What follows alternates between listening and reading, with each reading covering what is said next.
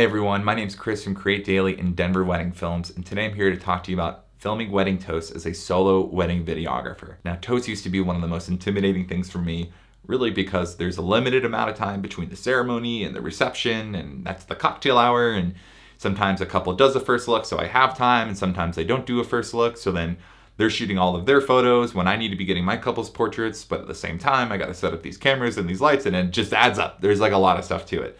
However, in this particular wedding, the couple did their first look, so that allowed me to maximize my time. Essentially, I have two cameras on one side of the couple, and I have two lights on the other side of the couple.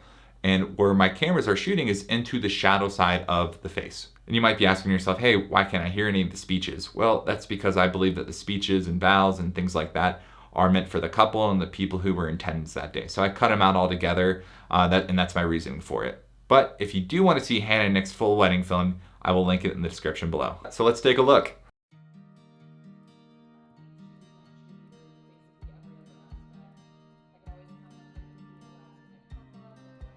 So I could not have asked for a better setup in terms of lighting toast with this wedding. I mean, wow, I'm just so happy with the way this turned out. I have my lights on one side of the couple and my cameras on the other side of the couple.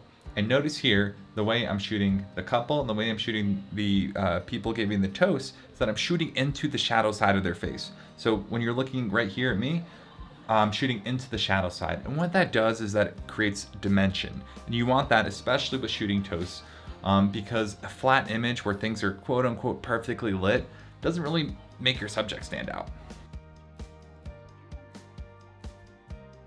So you can clearly see where my A cam and B cam are placed, but I love this kind of shot with the A cam. It's a cool perspective right behind the couple who's out of focus and keeping their eyes on the people giving the toast. And while I might not use that particular soundbite in that very moment, what that allows me to do is because I'm using the actual sound and shots from my B cam and C cam, I could use that as a really nice cutaway. So that's what I love doing with these types of shots.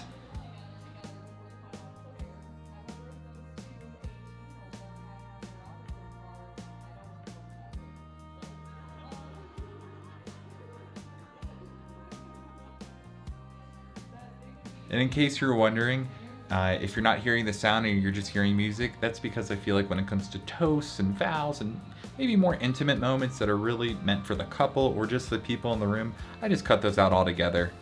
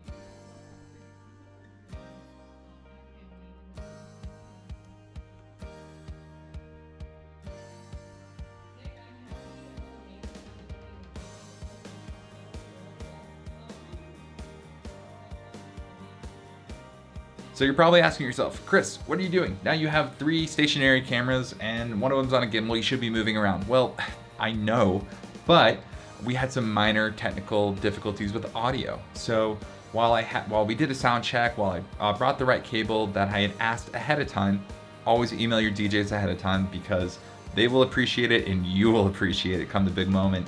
When I went over to check my recording device during the speeches, it was not recording, which is a pretty scary feeling, right? So just as a friendly reminder, always have a backup form of audio. In this case, I had the shotgun microphone on, I believe my B cam, which you'll see in the frame of my A cam shot. So I was able to preserve everything, but it's always good to have a backup.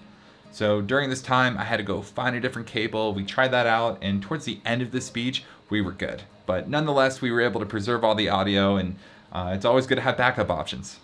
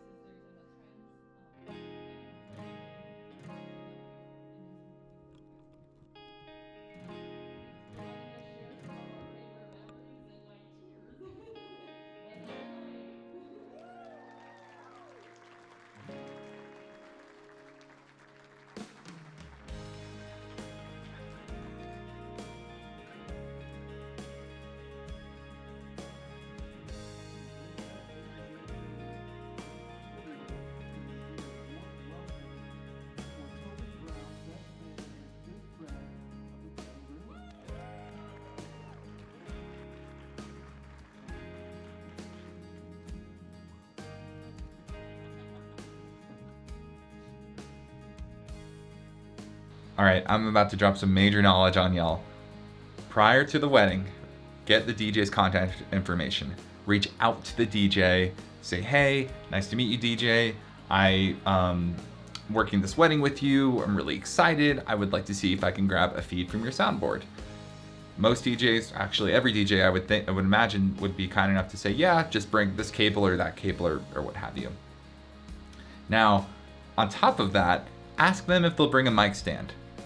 This particular DJ wasn't planning on using his mic stand, but he brought one. And what that does is that when you're lighting and shooting a specific way, especially when you're a solo videographer, your subject and whoever's giving the toast is going to stay put in that one spot. So that just makes your life a whole lot easier rather than having people hold the mic and kind of wander around.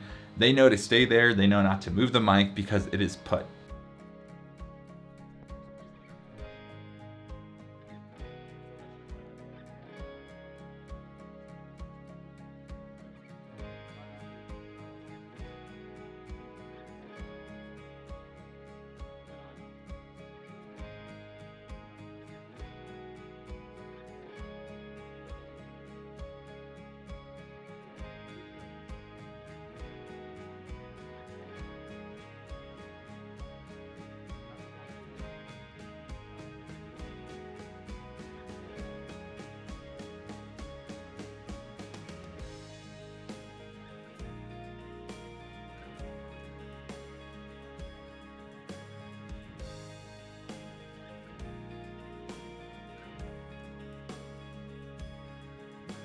All right, quick tip for you guys. So whenever you're framing your toasts, make sure your couple is framed either left or right justified and the toast giver is framed the opposite direction.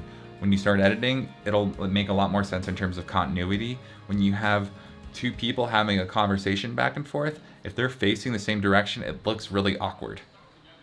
If you forget to do that, you could always do the horizontal flip in Premiere or whatever editing software that you use, and as a worst case scenario, so you could still just flip the shot around.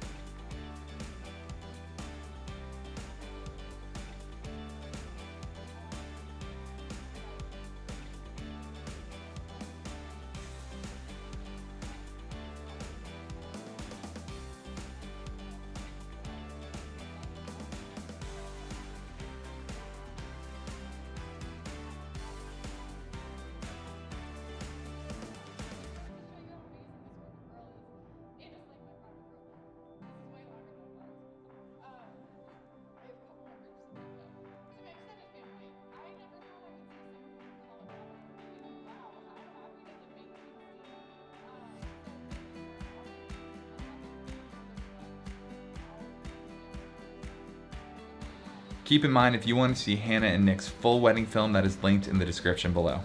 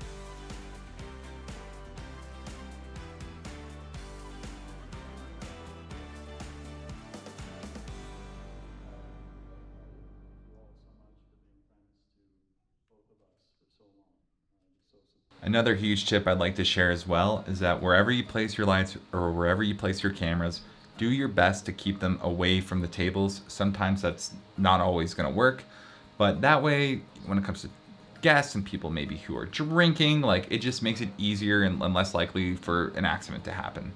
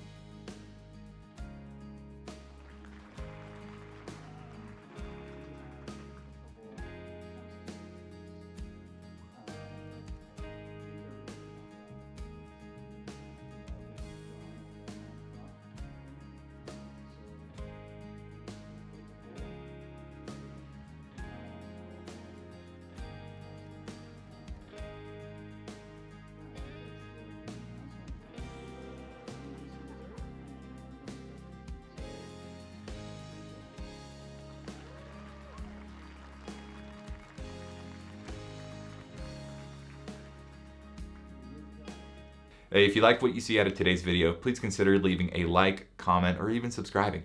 Thanks.